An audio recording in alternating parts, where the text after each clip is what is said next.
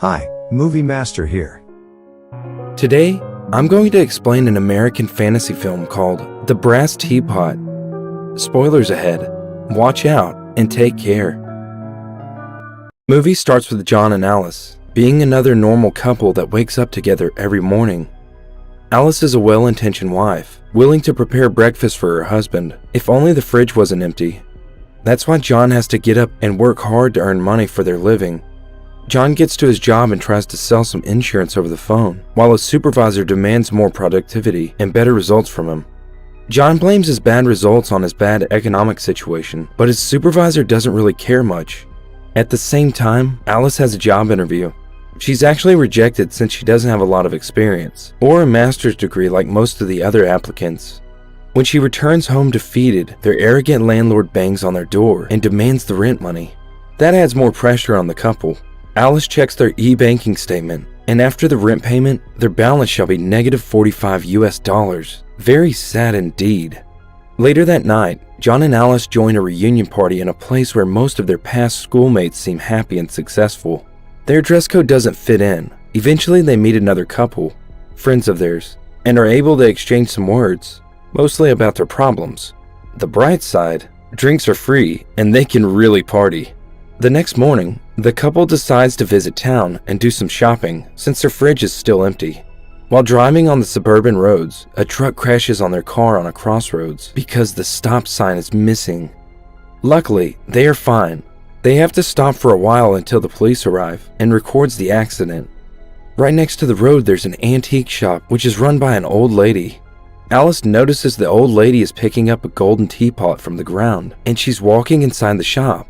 Alice walks into the shop, attracted by the teapot. She and the old lady have a short conversation until the old lady is distracted by the phone. Alice looks around for the teapot and she finds it. She touches the teapot and is instantly hooked. She holds it close to her body and runs outside of the shop, into her husband's car. She orders him to go fast. John is surprised that his wife stole something, but Alice argues that this item is so pretty. While Alice calls someone to book a job interview, she also straightens her hair. She accidentally burns her forehead with her hair straightener, and the teapot starts trembling. The phone slips out of her hands and she approaches the teapot. She removes its cap and sees some dollars in it. She starts making the connection. She intentionally burns her forehead one more time, and the teapot trembles again. It has now produced $700. Alice tests this theory one more time by kicking a chair and hurting her foot and fingers. More money is produced in the teapot. That's great timing because John is getting fired off his job at the same time. John returns home and finds the living room nearly destroyed and his wife almost passed out. Alice reassures him she's fine. He tells her he got fired and she replies it doesn't matter. She gives him the teapot and John feels a funny vibration. Alice slaps John and then shows him the money that the teapot has produced. She explains that the teapot will pay them to hurt themselves. John has a hard time believing it, but Alice knees him hard in the groin, and the teapot goes crazy, bursting money out of it.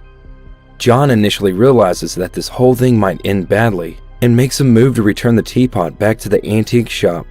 However, he changes his mind last minute and is seriously hooked in the money-making item. John then takes the teapot to a cash or trash style TV show, where the host values it at $5,000. No deal for John. In the meantime, an Asian middle-aged man watches the show and seems very interested in the teapot. He pinpoints John's location on the map hanging on his wall. John and Alice agree to earn $1 million out of the teapot and then stop. They make themselves go through painful experiences and stash some cash, but who says they can't enjoy themselves in the process? They indulge in some kinky spanking and sex, and the teapot really likes that. Alice and John have changed for the better, not just on the outside. Their mood has been elevated as well. That's apparent at the lunch table, where Alice's mother and her sister can't seem to understand how they are doing so good while they are just dependent on John's salesman salary. Everything seems to go well until two men dressed as rabbis intrude their house and start beating John, asking him where the teapot is. It was a thing their grandma was missing and couldn't rest herself about it until the day she died. Alice hides the teapot under a pillow and tells them they sold it already. The rabbis demand the money from the sale of the teapot. Alice proves devious enough to trick them. She quickly gets the money that the teapot has produced due to the beating John received and gives it to the rabbis. They take the money and leave. This event alarms them, and they decide to research the matter of the teapot a bit deeper. They visit a library and find just the right book about mythical magical objects. Alice sees a page depicting the sad consequences of the usage of the teapot. She doesn't want John to see it. When John is distracted, Alice tears that page off.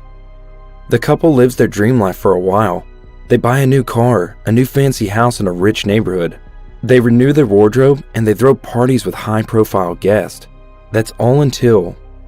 Remember that Asian man who watched the teapot on TV? He rings their doorbell one day and introduces himself as Li Ling of the Theosophical community. He says he is interested in the ancient artifacts, especially teapots. John genuinely wants to listen to the man, but Alice just can't let go. She tells John they will lose everything if they lose the teapot.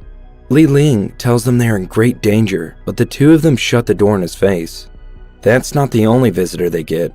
Their former landlord, Arnie, pays them a visit and gets in the house uninvited. He asks them how two losers like them can end up in a nice neighborhood like that. Arnie acts all stupid. He is drunk after all. He takes the teapot out of their hands and runs outside with it. John tries to take it back, but the teapot ends up in the middle of the road. Arnie runs over the teapot with his truck, but the teapot is perfectly fine. Not even a scratch. Alice finally feels relieved, but also, it's kind of peculiar. How can the teapot endure a truck running over it without taking any damage? They visit Li Ling and ask him about it. Li says the teapot can't be destroyed. The only way to get rid of it is to hide it in a way that nobody can ever find it. He talks about the history of the teapot, stating that it's made its way into the hands of some of the best and the worst people of all time. Li warns them that even if there's a bit of evil in them, the teapot will bring it out and magnify it.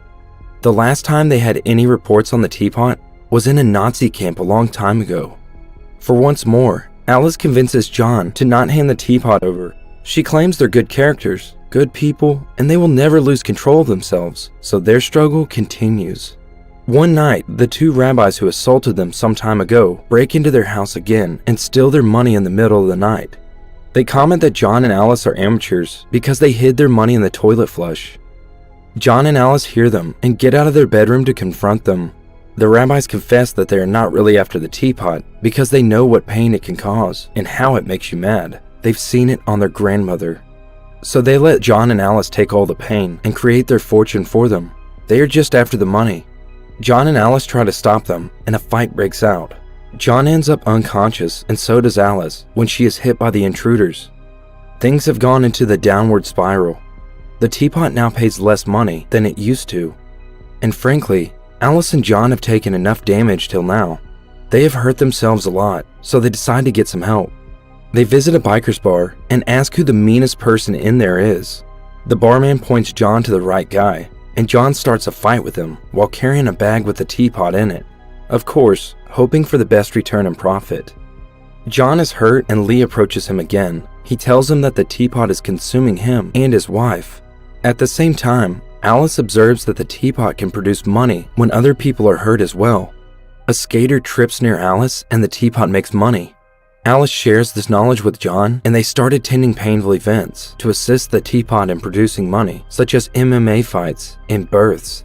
The teapot has indeed started consuming Alice's soul. While she's driving in the car with John sitting next to her, Alice mentions that this world is full of pain. A homeless man is crossing the road, while Alice is deeply absorbed in her own little world. She accelerates with the intention of running over the poor man. John steers the wheel the last minute and saves the man, preventing his own wife from committing murder. They verbally fight with each other. Alice blames him that he can't cooperate and he can't understand her vision. Another little discovery for Alice: the teapot has produced money out of the emotional pain this time. She tests her new theory on John by insulting him real good. She's right. The teapot produces money out of emotional hurt as well. Alice demands from John to emotionally hurt her. John is reluctant at first, but then obeys Alice's demand and describes a past event when he kissed another woman and how he still thinks about that kiss sometimes when he kisses Alice. Jackpot. They make that a regular thing, insulting each other and sharing dark secrets of their past to make each other feel awful so that the teapot can produce money. In the end, Alice concludes that she's never been so honest with another person in her whole life. They stop doing that to each other and they start making other people feel bad by exposing their secrets to loved ones. They manage to pull a good amount of money. Alice would go as far as exposing her own sister's dirty secret that her first child was conceived with another man and not her current husband. They put the plan into action, but Alice regrets it and doesn't expose her sister. When they go back home, John tells her that she did well. She is a good person, but Alice says that her remorse will delay their progress. She suggests they pull one large final stunt to reach $1 million and then stop. John argues they already have enough money, but Alice won't hear any of that. She says there are pedophiles and drug dealers in the playgrounds.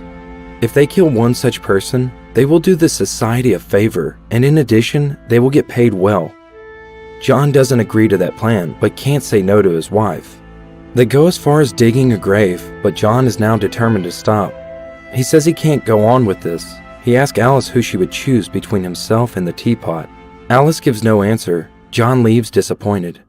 John visits Lee and asks for his help. Lee says it's already too late. John tells him to just steal the teapot, but Lee says it doesn't work that way. They have to be willing to hand him the teapot. That night, when Alice finishes her bath and walks to the bedroom, she finds John sitting on the edge of the second-floor window. He pleads her to give the teapot back after he's gone. Alice pleads him not to jump, but John jumps. Alice is worried about her husband, and she learns a tough lesson. John comes to his sense and wakes up. He asks Alice if she's now willing to give the teapot to Lee. She says she's ready, but there's one more problem. The same night, Alice and John go to sleep. They hear a noise from downstairs and John goes to check on it. This time, someone has stolen the teapot. That someone is Arnie, who suspects the teapot's mysterious abilities. Indeed, Arnie has hurt himself, and so does his girlfriend, because they discovered how the teapot actually works. John and Alice go to his place to take it back, because they are the ones who have to give the teapot to Lee. A fight breaks between the four of them. The two rabbis are thrown into the mix, because they had been lured in by the teapot. Alice recalls they had touched the teapot when they intruded their house, and stole their money. Luckily for John and Alice, and with the help of pistols and rifles, all the others eliminated themselves. Now John and Alice are free to take the teapot and give it back to Lee. So they do. Lee praises them. Kings and queens in the past haven't been able to get rid of the teapot's influence, but those two managed to do it. They are truly magnificent characters. Subscribe to see more videos like this. Turn on the notifications and leave a like to help the channel grow. Thanks for watching.